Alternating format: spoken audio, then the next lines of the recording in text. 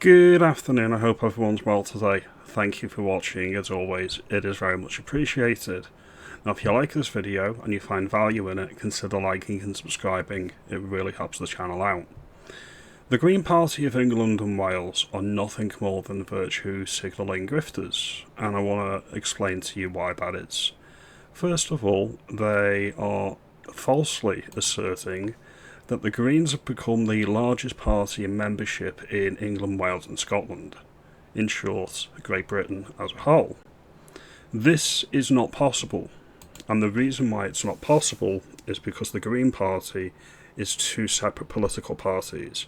In England and Wales and in Scotland, they are completely separate. They are not linked in any way, shape or form.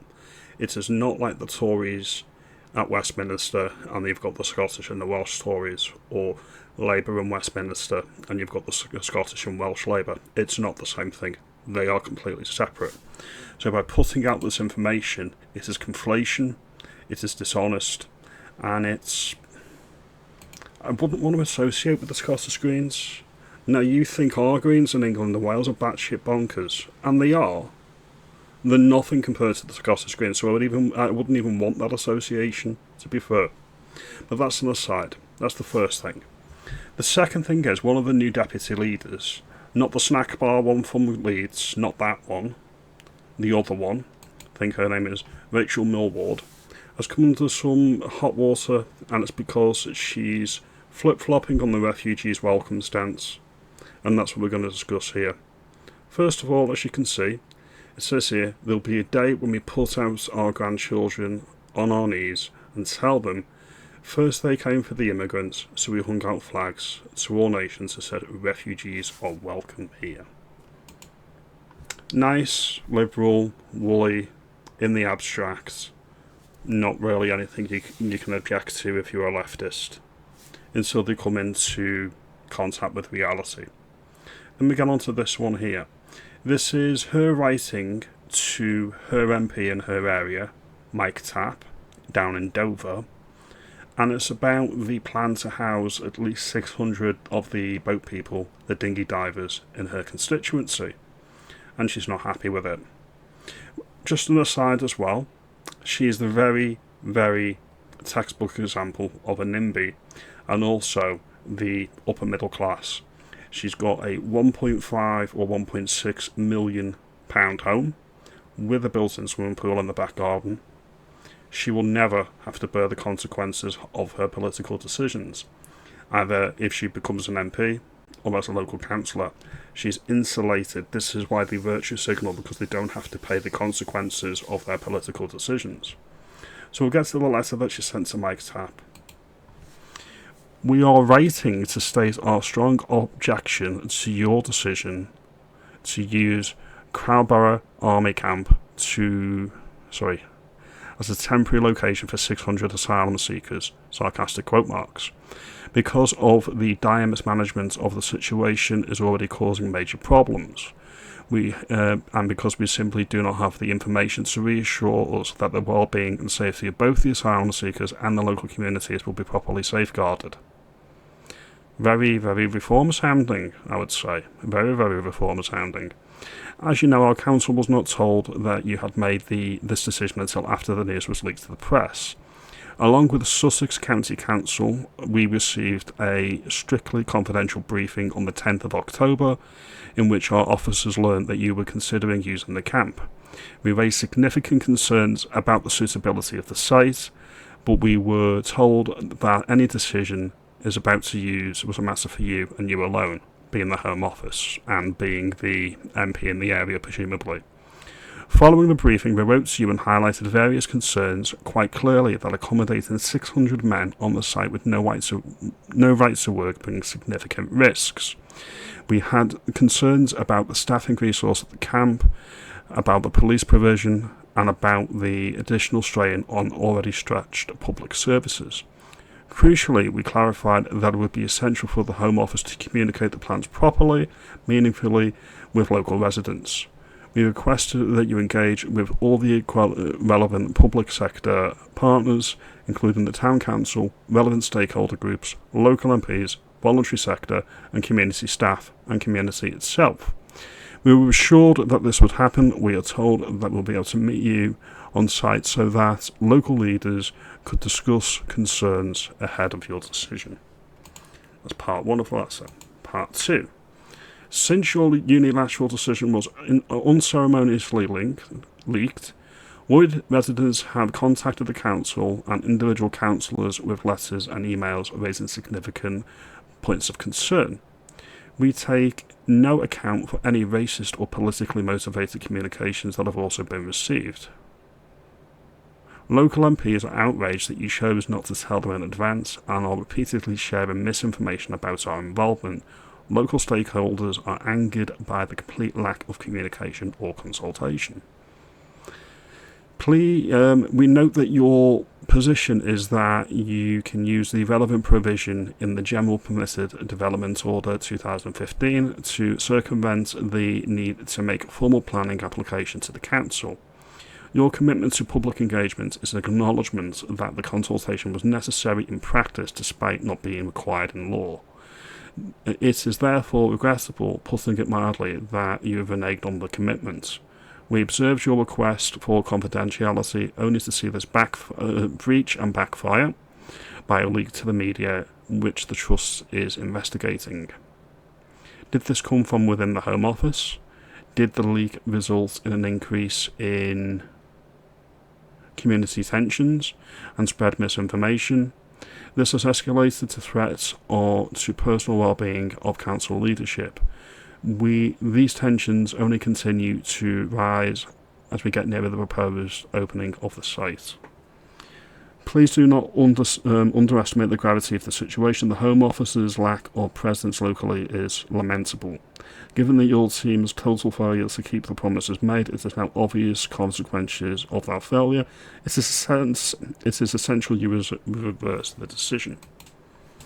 So the Green Party are NIMBYs, and I would say if military barracks and military accommodation is good enough for our sons and daughters when they join the military to fight and keep our country safe, it's more than adequate for unvetted, undocumented men that are broken into the country. In fact, they should be detained and deported. That's my position. Now, the difference between me and the Green Party and the difference between me and most politicians on the left is I am consistent. I do not want these people in my country. I don't want them locally. And if I was a national politician or Prime Minister, I would not be authorising it because of the downstream effect. I'm completely consistent on the point.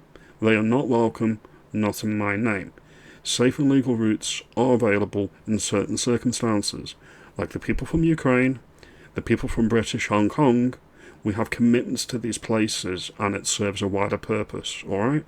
This isn't about skin colour. I've had people say to me, you just don't like it because they're brown. Not true. Not true. Because the people from Hong Kong are, well, they're not white, and I've not got a problem with that. Make of that what you will. And then she puts out a retraction because she's had a lot of blowback and pushback locally from people that think that her virtual signalling is lacking and it's not strong enough. So we're going to look at this bit now.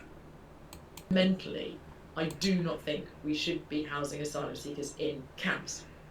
And people say, well, what should we be doing? And I'm like, well, asylum seekers should have the right to work, and that would mean that people could come and they could integrate into our society. So if you break into the country illegally, the message currently is you got a 4-star hotel, you will not be deported. Even if your asylum claim is rejected, the Home Office will not actually kick you out of the country, and they don't actually keep a record on where you are or what you're doing with yourself when you're in the country. Alright? That's the current system.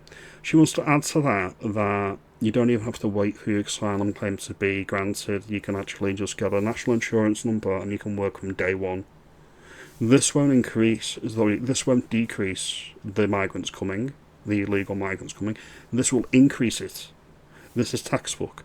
So she's saying here, refugees are welcome here, just not in my backyard, and they can work and they can help undercut the native workers of Britain as well. That's what she wants. That's what the Green Party stands for. Not making the rivers cleaner, not stopping the wind farms that kill all the wildlife, No, no, they're not interested in any green policies at all. They're interested in this. Bring skills that we need, actually. These, there are doctors and surgeons and, I don't know, barbers and all sorts of different people. Oh yeah, let's have a look at these doctors, surgeons and barbers that are coming over from France. Let's have a quick look at these.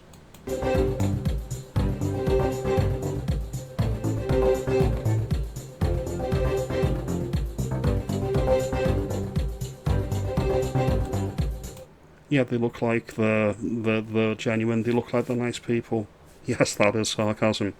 Anyway, we can train our own barbers, and the reason why we're importing legal migrants for doctors and nurses is because we're not training enough of our own. And the ones that we do import, do we know their intentions? Do we know that they're actually qualified to the same degree that we expect our own native people to be trained to? What about the nefarious actors? What about the doctors and nurses that aren't actually doctors and nurses? What about the ones that actually abuse their station and position and actually abuse the population? What about the care workers that do that as well? Do they even mention any of this? Do they care about any of this? Is it even a blip on their radar? No, I don't think so. They don't care. They really don't care. They don't care about you, they don't care about me, and they don't care about the state the country is declining into, as long as they can say that they're doing the right thing. And they could come and bring those skills and integrate into our society and then pay their way and have that dignity, and that would be better for their well-being and better for our communities. Having hundreds of people on one site who've all been through serious trauma recently. Yeah, just a reminder, this is the serious trauma.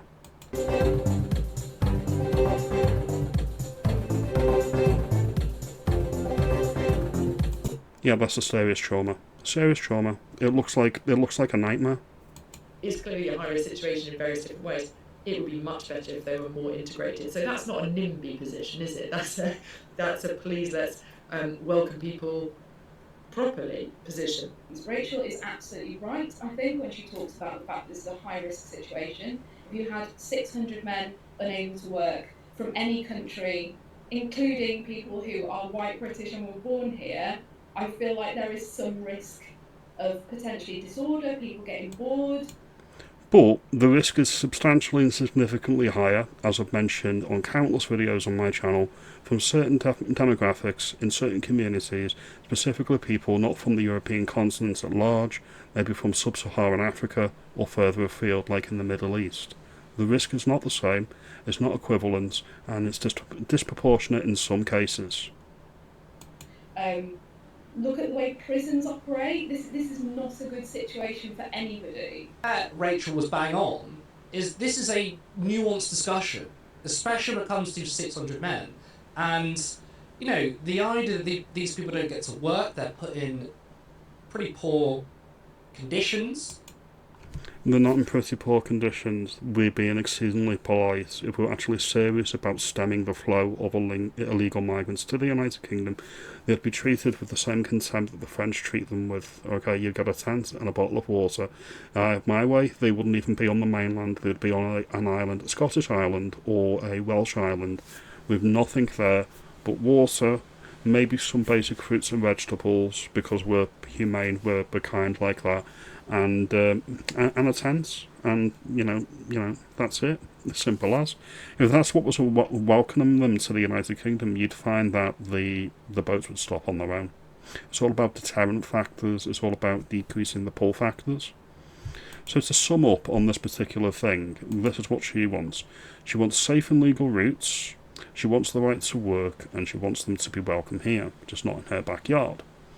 And now, as there was a local hustings or a town meeting down in her patch, as I say, I think it's down in Kent, Dover way. So I'm going to play that video now, and this is her getting the arse handed to her, I think the word or the phrase is. The locals don't want it, and they're calling out her BS, as we all should do with elected officials. They do not bear the consequences of their actions. And so we're going to cue the video now. One final question, if we may. Thank you. So just to conclude that one, then, it just appears to every person in this room that you're just running down the clock. and not giving us a chance. So my second question is actually directly to you, Rachel. It does actually go to you as well, James. You did a video the other day, Rachel, saying that all of these people, you know, doctors and engineers and surgeons that are coming here, and we should give them the right to work. Now, firstly, engineers, doctors and surgeons do not come from France on a dinghy and throw their medical certificate overboard. Completely agree. Round of applause. Well done.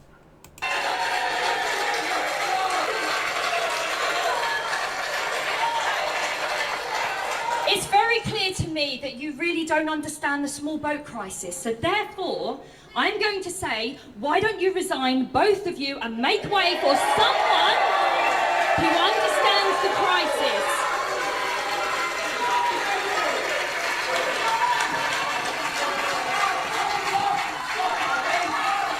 It's not a joke, Rachel. I'm serious. You do not have the capabilities to do this. You don't understand the small boat crisis.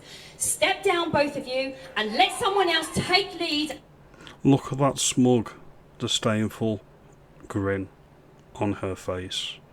Not only does she hate her own constituents, her own people in her own area because they're beneath her.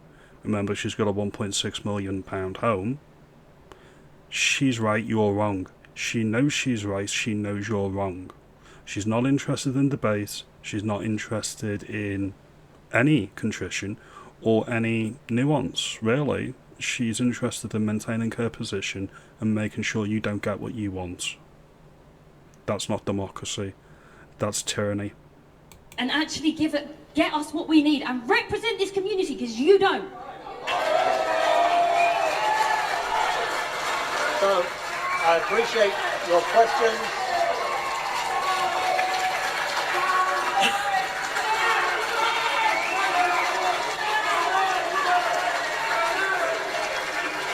And I appreciate the passion you've shown in this room. And this is the point we have to bring things to a conclusion. And to do so, at this point, I will say thank you to everyone who asked a question. So we'll leave that one there, but you got the point. The local community is against her. Her policy is untenable, her position is untenable. This is what the Greens need to deal with. They think offering jam today policies to their constituent voters, people in the country that broadly agree with what they're trying to sell, that's about maybe, that'll top out about 20% in the polls, maybe. The silver lining is to reform people and reform voters and people on the right of centre politics. The silver lining is it decimates Labour even more. So that's the silver lining. They're never going to get into power. They're a joke of a party, and we'll leave this one here. So what do you think of this new Green Party, the insurgent Green Party? Do you think I'm calling it right? Do you think I'm being too harsh? Do you think I'm being too kind? I'm just speaking as I find. You should have a consistent policy approach, and you should let your own moral centre be your guide, alright, in things like this. I'm morally consistent. These people shouldn't be coming from France, they shouldn't be coming from the mainland continents. And I'm consistent. It's because we can't afford it nationally, it's because we are nearly £4 trillion in debt, but it's also because of the impact on local communities, local services, social cohesion. I'm very consistent on it. Now, if you like this video, you think I'm onto something, as always, give me a like and subscribe, do all that great stuff, and I'll see you in the next video. You have a good day, and I hope it'll give you something to think about.